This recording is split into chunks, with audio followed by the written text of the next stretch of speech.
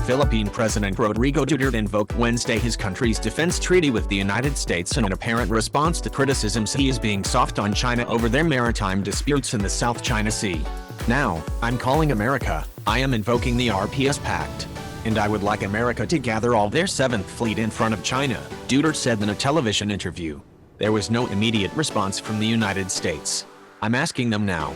And I will join them, and I will ride on the boat with the admiral of the U.S., added the Philippine leader, who repeatedly warned before that asserting Manila's rights in the disputed waters could trigger a war, as his Chinese counterpart told him.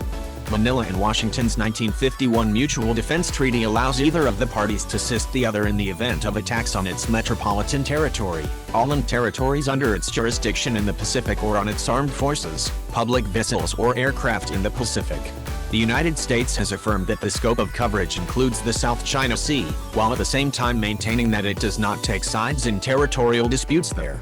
Such disputes remain a thorny issue between the Philippines and China despite their improved relations as a result of Duterte's conciliatory policy toward Beijing since coming into power 3 years ago.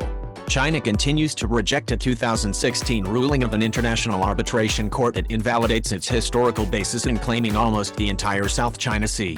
It has been criticized for reclaiming a number of the disputed features and fortifying them with military installations, including airstrips, as well as driving away foreign vessels and aircraft, both civilian and military. In June, it was lambasted after a Chinese fishing vessel hit a Filipino fishing boat in Reed Bank, and then abandoned the fishermen in distress. Duterte's invocation of the Philippines Accord came after officials of the Philippines and the United States wrapped up their 2-day strategic dialogue Tuesday, covering such issues as defense and security, economics and development, regional and global diplomatic engagement, and rule of law and law enforcement. Both sides recognized the importance of a strong Philippines-US alliance in enhancing security cooperation and promoting regional stability and security, a joint statement issued after the meeting said.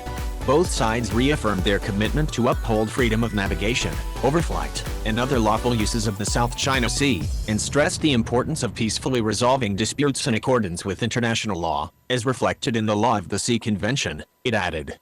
Defense Secretary Delfin Lorenzana, who had advocated a review of the treaty to update its applicability amid the current challenges, told a news briefing Wednesday he has yet to talk to Duterte about the latter's latest statement.